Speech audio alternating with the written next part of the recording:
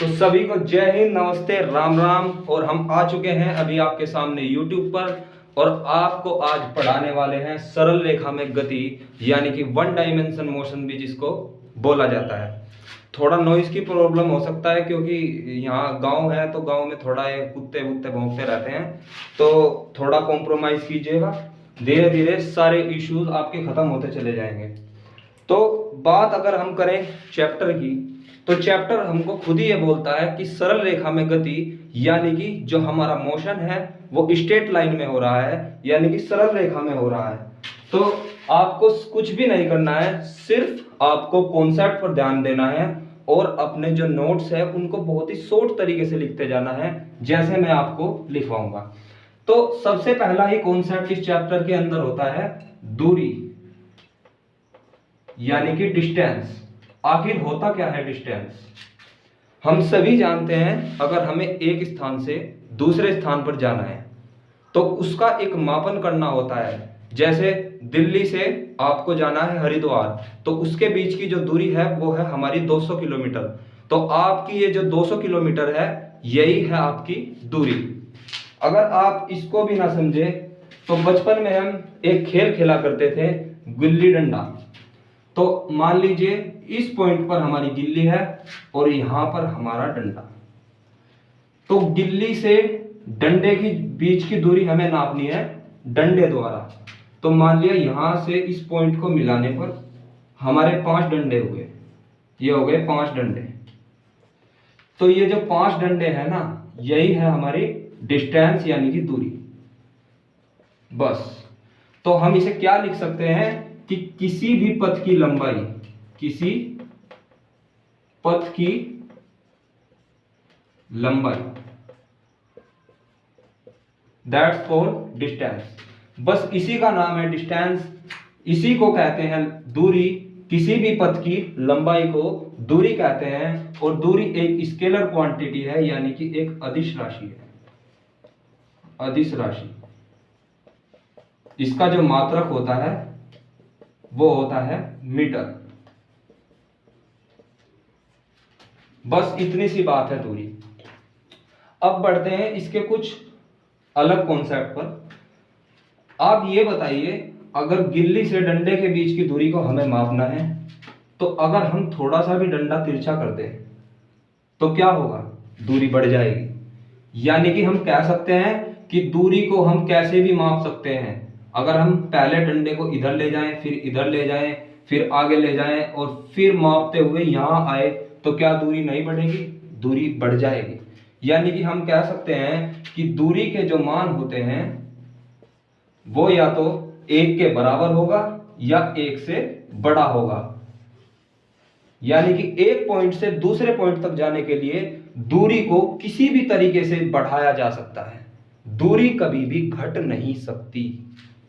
आप कैसे भी एक स्थान से दूसरे स्थान तक चले जाइए, आपकी दूरी हमेशा जुड़ती चली जाएगी। तो इसी को बोलते हैं दूरी। अगर आपके ये समझ में आ गया हो तो हम चलते हैं नेक्स्ट कॉन्सेप्ट की ओर।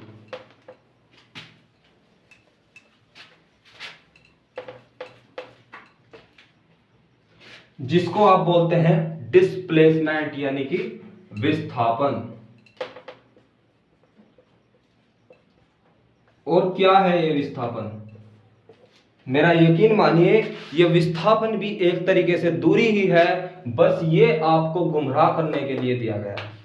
अब ये गुमराह कैसे करेगा? मैं फिर से वही एग्जांपल आपके सामने रखता हूं, गिल्ली और डंडे का।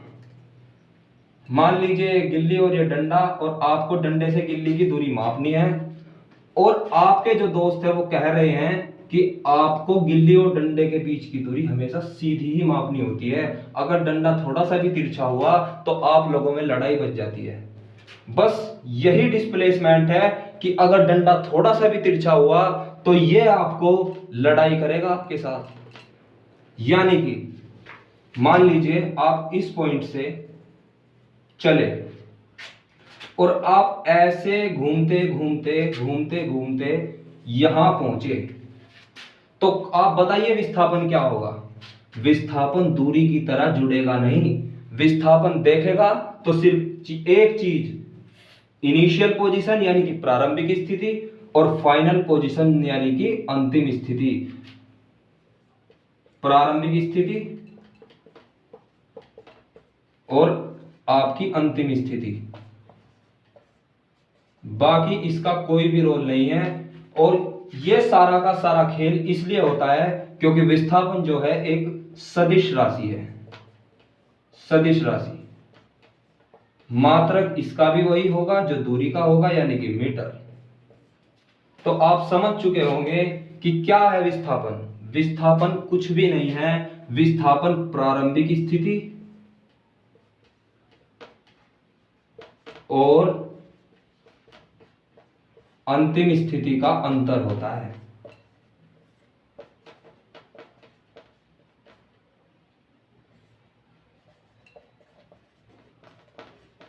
यही है विस्थापन। जब आपको सिर्फ फाइनल पोजीशन और इनिशियल पोजीशन देखनी होती है, सिर्फ विस्थापन वही होता है जो जहां आप शुरू में थे और जहां आप अंतिम में हो, यानी कि आप अब जहां खड़े हो और जहां पहले थे, वही होता है विस्थापन। विस्थापन का कोई मतलब नहीं है कि आप कहां से घूम कर आ रहे हो। विस्थापन का सिर्फ एक मतलब थे, कहां थे और कहां हो। तो सिर्फ यही मतलब है विस्थापन का। अब इनके कुछ नोट्स की तरफ चलते हैं। अगर मैं आपसे बात करूं तो कुछ बहुत अच्छी अच्छी बातें दूरी और विस्थापन से निकल कर आती है आपके सामने, और आप क्या लिख सकते हो। देखिए, मैंने आपको बताया ये पॉइंट और ये पॉइंट, आपको दूरी तय करनी है। आप यहां से जाएं, आप यहां से जाएं, आप यहां से जाएं, दूरी तो हमेशा बढ़ेगी। लेकिन अगर बात करूं विस्थापन की, तो आप जहां से चले और जहां हो, सिर्फ वही चीज मायने रखती है, बाकी कोई भी चीज आपके लिए मायने नहीं रखती। ये होता है विस्थापन। तो आप कह सकते हो कि दूरी जो होती है, दूरी जो होती है वो बड़ी होती है या बराबर होती है विस्थापन के, विस्थापन के। क्योंकि विस्थापन तो हमेशा छोटा होगा। देखिए, यहां से यहां तक, और दूरी तो यहां से जाए वहां से जाए, कैसे भी जाए दूरी तो बढ़ेगी। लेकिन विस्थापन तो सिर्फ फाइनल पोजीशन और इनिशियल पोजीशन पर बिलोंग करता है। तो अगर यहीं से आपसे कोई क्वेश्चन पुटअप करे, और यही क्वेश्चन है जो रेलवे ग्रुप डी में पिछली बार पूछा गया था कि दूरी और विस्थापन का मान बताइए। दूरी और विस्थापन का मान नहीं, अनुपात बताइए या मान बताइए, बात एक ही है। तो दूरी बटा विस्थापन, क्या मैं कह सकता हूं कि एक के बराबर या एक से बड़ा, ये हो गया अनुपात। तो आप ऑप्शन लगाएंगे कि एक से बड़ा या एक के बराबर। तो आप यहां से एक थ्योरी बना सकते हैं कि दो बिंदुओं के बीच गति के दौरान विस्थापन का मान घट भी सकता है, जबकि दूरी का मान हमेशा बढ़ता चला जाता है। अब बात आती है, यहां पर आपका लगता है मैग्नीट्यूड। यह मैग्नीट्यूड क्यों लगता है? यह मैग्नीट्यूड इसलिए लगता है कि दूरी कभी भी ऋणात्मक नहीं हो सकती, ऑलवेज पॉजिटिव, ऑलवेज पॉजिटिव दूरी। विस्थापन निगेटिव भी हो सकता है या घट भी सकता है। क्यों घट सकता है मैं आपको बताता हूं। मान लिया ये बिंदु है और ये बिंदु है, ठीक है। आप ऐसे गए और फिर यहां घूमे, और आपको जाना था यहां इस बिंदु पर, लेकिन आप तो यहां आ गए। तो क्या मैं कह सकता हूं कि डिस्प्लेसमेंट घट गया, यहां से यहां हो गया। तो विस्थापन के घटने का सिर्फ अर्थ यह है कि वस्तु का अपनी प्रारंभिक स्थिति की ओर आना, बस। और दूरी में तो वस्तु चाहे अपने पास आए घूमकर, कहीं से भी घूमकर जहां थी वहां आ जाए, तब भी दूरी तो जुड़ती ही चली जाएगी, बढ़ती ही चली जाएगी। लेकिन विस्थापन में मैं आपको बार बार बता रहा हूं, देखनी है तो सिर्फ इनिशियल पोजीशन और फाइनल पोजीशन, बाकी आपको किसी चीज से कोई लेना देना नहीं है। तो अगर आपके दूरी और विस्थापन का ये कॉन्सेप्ट क्लियर हो गया हो तो हम चलते हैं नेक्स्ट चीज की ओर।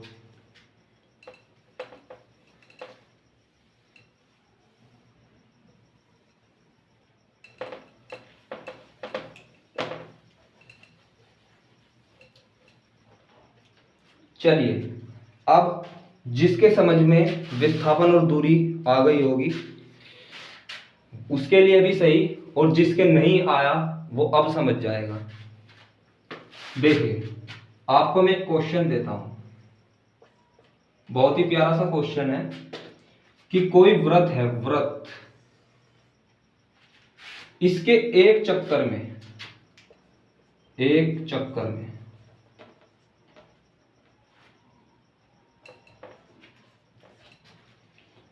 दूरी और विस्थापन, ये यहां पर लिख देता हूं, विस्थापन निकाल कर बताइए कितना होगा। जबकि इस वृत्त की त्रिज्या 5 मीटर, 5 मीटर ये और 5 मीटर ये ए और ये बी। पूरे चक्कर के दौरान दूरी बताइए और विस्थापन बताइए क्या होगा। जितने कॉन्सेप्ट अब तक पढ़ाए हैं वो सारे इस क्वेश्चन में लग जाएंगे और ये क्वेश्चन आपका सेकंडों में सोल्व होगा। देखिए, हमने कहा कि हमें वृत्त का एक पूरा चक्कर करना है तो दूरी बतानी है। तो आप सब लोग जानते हैं कि वृत्त की जो परिधि होती है वो होती है 2 पाई r, और r का मान इसने हमें यहां दिया हुआ है 5, यानी कि 10 पाई आपकी दूरी हो गई। अब बात करें विस्थापन की, तो मैंने सिर्फ आपको एक ही बात चीख चीख कर बोली है कि हमें सिर्फ देखनी है प्रारंभिक स्थिति और अंतिम स्थिति। तो क्या मैं कह सकता हूं ए मेरी प्रारंभिक स्थिति थी और बी मेरी अंतिम स्थिति थी। कभी कभी मुंह से स्लिप हो जाता है तो थोड़ा बहुत आप खुद समझदार हैं। तो ए मेरी प्रारंभिक स्थिति थी और बी मेरी अंतिम स्थिति थी। तो मुझे क्या करना है, मुझे कोई मतलब नहीं है कि ये पूरे चक्कर 4 काटे या 10 काटे, मुझे देखनी है डिस्प्लेसमेंट के अंदर प्रारंभिक स्थिति और अंतिम स्थिति, क्योंकि प्रारंभिक स्थिति और अंतिम स्थिति के अंतर को ही क्या कहा जाता है, विस्थापन। तो प्रारंभिक स्थिति ए, अंतिम स्थिति बी, और ये 5 और 5 10, तो डिस्प्लेसमेंट आ गया मेरा 10 मीटर। अब मैं ये सपोज कर सकता हूं कि किसी को भी दूरी और विस्थापन के कॉन्सेप्ट में कोई तकलीफ नहीं है। तो इसी नाम पर एक क्वेश्चन आपका और बनता है, ये पेन, चलिए एक क्वेश्चन आप और कर लेंगे तो आपका सारा कॉन्सेप्ट क्लियर हो जाएगा। लीजिए, एक वृत्त है, पॉइंट वही 2 होंगे ए और बी, त्रिज्या जो है 10 मीटर है,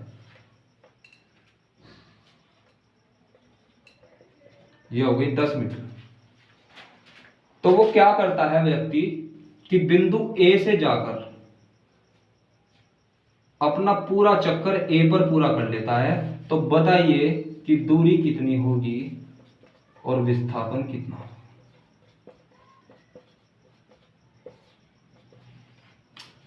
दोबारा सुनिए, व्यक्ति जो है बिंदु ए से चलता है और दोबारा लौटकर ए पर आ जाता है, तो दूरी कितनी होगी और विस्थापन कितना होगा। तो फिर से आप कहेंगे कि मुझे तो पता है वृत्त की परिधि 2 पाई r और ये r 10 मीटर, 10 दूनी 20 यानी कि 20 पाई। अब विस्थापन पर जाकर आप फिर अटक जाएंगे कि अब मैं क्या करूं, प्रारंभिक स्थिति भी वही हो गई और अंतिम स्थिति भी वही हो गई। तो अब क्या करें, हमें विस्थापन में सिर्फ 2 ही चीज देखनी है, प्रारंभिक स्थिति और अंतिम स्थिति। प्रारंभिक स्थिति भी वही और अंतिम स्थिति भी वही, तो डिस्प्लेसमेंट हो गया 0। अब मैं ये मान सकता हूं कि आपके दूरी और विस्थापन का कॉन्सेप्ट क्लियर हो गया होगा। तो बस आज के लिए इतना ही। नेक्स्ट क्लास में हम पढ़ेंगे चाल और वेग के बारे में, और जिस तरह इसके कॉन्सेप्ट को क्लियर किया है उसी तरह आपको चाल और वेग में भी कोई परेशानी नहीं होगी, ये मेरी आपसे गारंटी मान लो, कुछ भी मान लो। तो इस वीडियो में मैं सिर्फ इतनी बात आपसे कहूँगा कि ये वीडियो मतलब 3 तारीख को आनी थी, लेकिन 3 को ही ये बनकर तैयार हो गई थी। अभी चैनल मोनेटाइज नहीं है इसलिए हम लाइव नहीं आ सकते, तो मतलब अपलोड होने में से वक्त लग गया, इसलिए 4 तारीख को आपको देखने को मिल रही है। पर सारे इशू धीरे धीरे ख़त्म हो जाएंगे और आपका सिलेबस भी जल्दी ही पूरा हो जाएगा। आपको कॉन्सेप्ट को क्लियर करते जाना है, और कॉन्सेप्ट के बाद आपको एक क्वेश्चन की सीरीज दी जाएगी जिसमें आपके सिर्फ और सिर्फ वही क्वेश्चन होंगे जो प्रीवियस ईयर में आपसे पूछे गए हैं। तो इसी के साथ सबको जय हिंद, नमस्ते, राम राम, वंदे मातरम।